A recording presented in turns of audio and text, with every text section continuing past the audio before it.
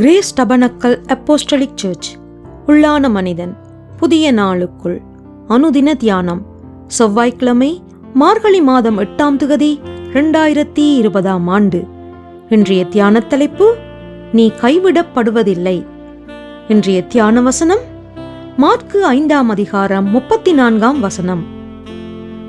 மகளே, உன் விசுவாசம் உன்னை ரட்சித்தது. நீ சமாதானத்தோடே போய் உன் வேதனை நீங்கி சுகமாயிரு என்றார். தியானம். என் குமாரத்தி மரண அவஸ்தைப்படுகிறாள். அவள் ஆரோக்கியம் அடையும்படிக்கு நீர் வந்து அவள் மேல் உமது கைகளை வையும், அப்பொழுது பிழைப்பாள் என்று ஜெப ஆலய தலைவரில் ஒருவனாகிய யவீரு என்பவன் இயேசுவை மிகவும் வேண்டிக் கொண்டான். அவர் அவனோடே கூட போனார்.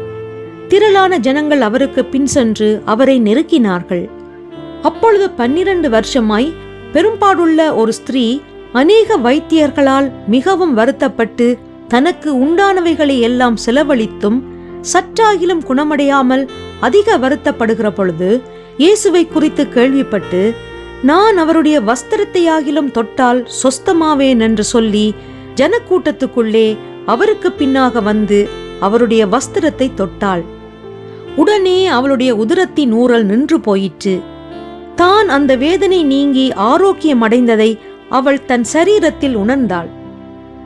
அந்நேரத்தில் இயேசு தம்மிடமிருந்து வல்லமை புறப்பட்டதை தமக்குள் அறிந்து ஜனக்கூட்டத்துக்குள்ளே திரும்பி, என் வஸ்திரங்களை தொட்டது யார் என்று கேட்டார்.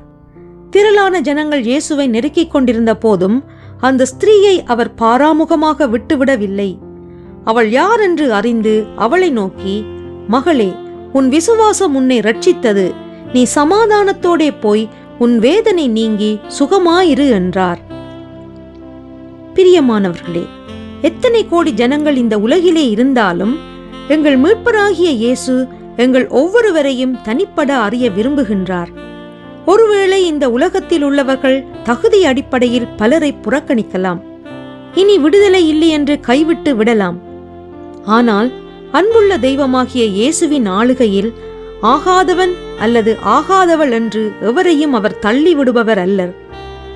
இன்று உங்கள் இருதயத்தில் உள்ளதை உண்மை மனதுடனும் விசுவாசத்துடனும் இயேசுவினிடத்தில் அறிக்கையிடுங்கள்.